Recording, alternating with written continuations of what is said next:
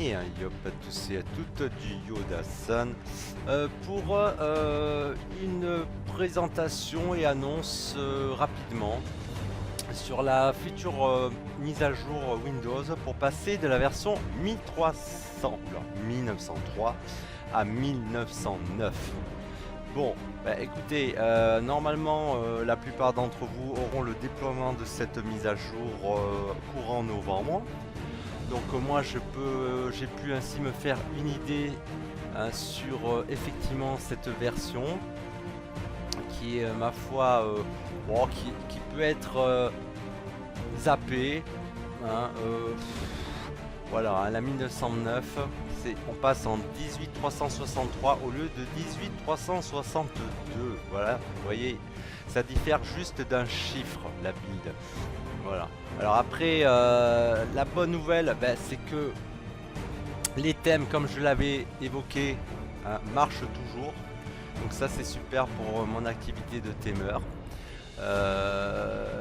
C'est formidable. Donc je pourrais lancer mes gammes de thèmes à cet effet-là et prenant en charge aussi bien la build 1903 et 1909, donc puisque tout est compatible. Pour ceux à qui j'ai réalisé des thèmes, voilà, il suffit juste d'aller dans le panneau de désinstallation, hein, et pour enlever, désinstaller l'icône patch de Yoda, hein, pour changer les icônes là comme vous le voyez, je trouve superflu et pour lequel j'ai fait un installateur voilà, personnifié, hein, effectivement qui marche très bien. Voilà, hein, afin de virer ces icônes et aussi ces icônes très moches sous la commande barre à la Windows 7. Voilà, donc hein, tout ça pour dire que tout est compatible et c'est génial, j'ai pas besoin de rebosser sur ça. Il y a juste un petit message d'erreur, mais ça c'est pas très grave, puisqu'en fait le patch va quand même être opérationnel complètement. Voilà, sans effort aucun, hein, comme certains concurrents essaient de le proposer de changer manuellement. Mais bon, c'est moi je suis un gros flemmard, donc effectivement je me suis fait un outil de ce type et que j'ai pu aussi laisser, hein, à des commanditaires. Voilà, vous voyez, les icônes ont été changées. Il n'y a plus les deux icônes de la barre d'adresse, hein, à savoir l'icône de rafraîchissement. Hop, ok. Voilà.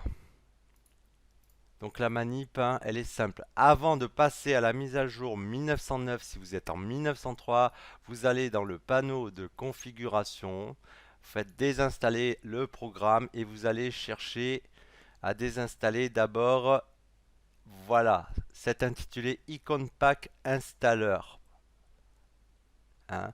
Vous vous remettez en thème normal, hein, et pas customisé, donc le thème par défaut de Windows.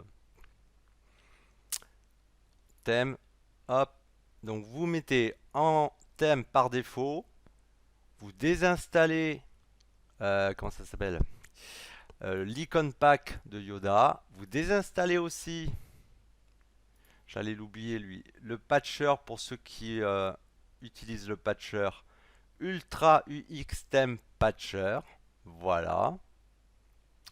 Euh, pour certains à qui j'ai pu faire un thème et l'installer en mode non patch, normalement il n'y a pas besoin de faire cette dernière manip puisqu'évidemment vous n'aurez pas Ultra UX Theme Patcher dans la liste du panneau de configuration.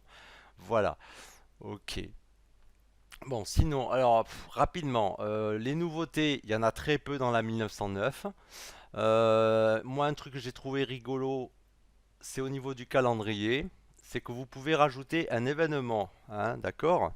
Voilà, par exemple la visite de votre huissier, hein, tel jour.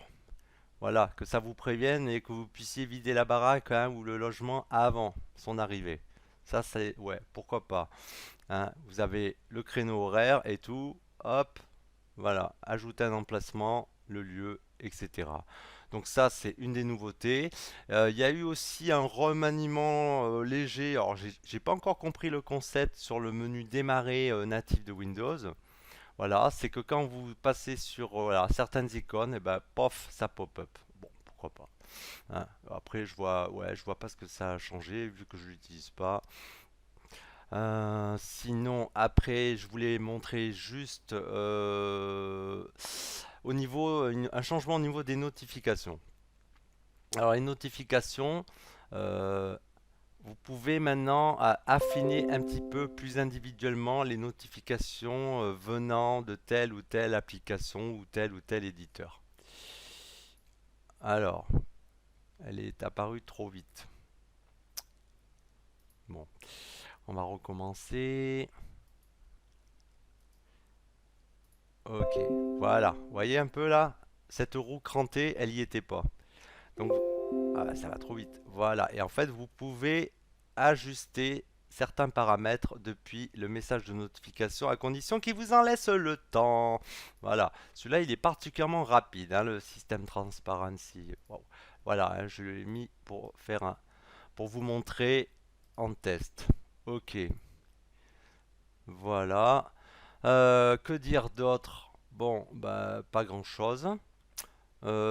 Si, il paraît que dans cette build 1909, Microsoft a réparti, affiné un petit peu la charge des processeurs, des cœurs de processeurs, pour un petit peu équilibrer hein, et faire un turnover entre les différents cœurs de processeurs pour qu'ils bossent un peu de la même manière. Ou alors, enfin bref, c'est un truc un petit peu, comment dire, un détail.